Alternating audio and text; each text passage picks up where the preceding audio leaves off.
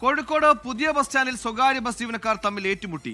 ഫർസാന, ബിൽസാജ് ബസ്സുകളിലെ ജീവനക്കാർ തമ്മിലാണ് ഏറ്റുമുട്ടിയത്. പരിക്കേറ്റവരെ ജനറൽ ആശുപത്രിയിൽ പ്രവേശിപ്പിച്ചിട്ടുണ്ട്. നിഖിൽ പ്രമേഷ് കോഴിക്കോടും ചെയ്തു. നിഖിൽ, ഇത് ആദ്യത്തെ സംഭവമല്ല, ഒറ്റപ്പെട്ട സംഭവമല്ല. എന്താണ് ഈ സംഭവത്തിന് വിവരങ്ങൾ?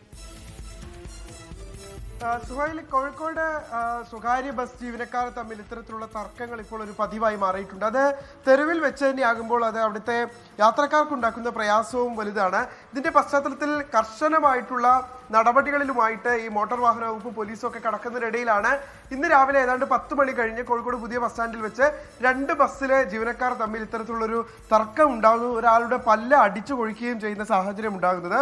എന്താണ് ഇതിലേക്ക് നയിച്ച കാരണം എന്നുള്ളത് നിലവിലത്തെ സാഹചര്യത്തിൽ വ്യക്തമല്ല. അവരുടെ സമയവുമായി ബന്ധപ്പെട്ട ഒരു തർക്കം എന്നുള്ളതാണ് അറിയാൻ കഴിയുന്നത്. എന്തായാലും ഈ ബിൽസാജ് അതോടൊപ്പം തന്നെ ഫർസാന തുടങ്ങിയ ബസ്സുകളിലെ ജീവനക്കാർ തമ്മിലാണ് തർക്കമുണ്ടായത്. ഫർസാന ബസ്സിലെ ജീവനക്കാരനെ ഈ ബിൽസാജ് ബസ്സിലെ ജീവനക്കാരൻ ബസ്സിൽ കയറി തല്ലി അയാളുടെ പല്ല് കൊഴിഞ്ഞു പോകുന്ന സാഹചര്യം ഉണ്ടായി. തുടർന്ന് ജനറൽ ആശുപത്രിയിൽ ഇപ്പോൾ പ്രവേശിപ്പിക്കപ്പെട്ടിരിക്കുകയാണ് ഈ ഫർസാന ബസ്സിലെ ജീവനക്കാരൻ. സുഹൈൽ, ലോകത്തെവിടെയായാലും ഏത് സമയത്തും 24 വാർത്തകളും ഓഗ്മെന്റഡ് റിയാലിറ്റി പാക്കേജുകളും എക്സ്പ്ലെയിനറുകളും വിശദമായി കാണാൻ ഞങ്ങളുടെ യൂട്യൂബ് ചാനൽ നിങ്ങൾക്ക് സബ്സ്ക്രൈബ് ചെയ്യാം.